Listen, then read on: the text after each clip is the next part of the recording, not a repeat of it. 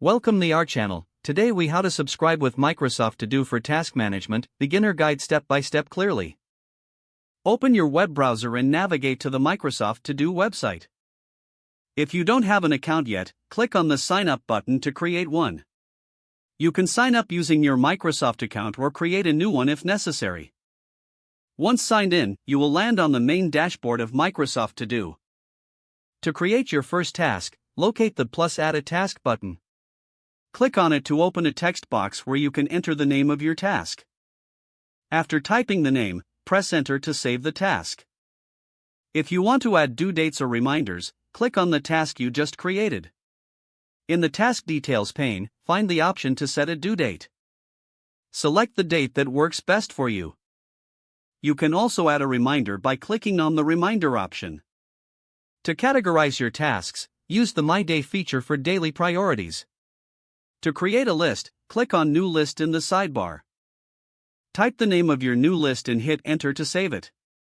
You can move tasks into this list by dragging and dropping them. For recurring tasks, open the task details and select the Repeat option. Choose how often you want the task to repeat and save your changes. Utilize the Notes section for additional details about each task. To mark a task as complete, simply click the checkbox next to it. Completed tasks will move to the Completed section and can be reviewed later.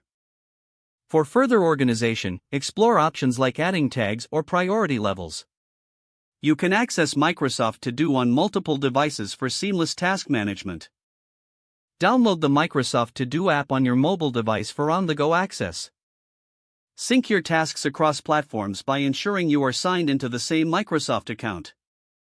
Customize the app's theme and layout in the settings to suit your style. Start exploring features like shared lists to collaborate with others. Set up notifications to remind you of upcoming tasks and deadlines. Review your tasks daily to stay on track and adjust your priorities as needed.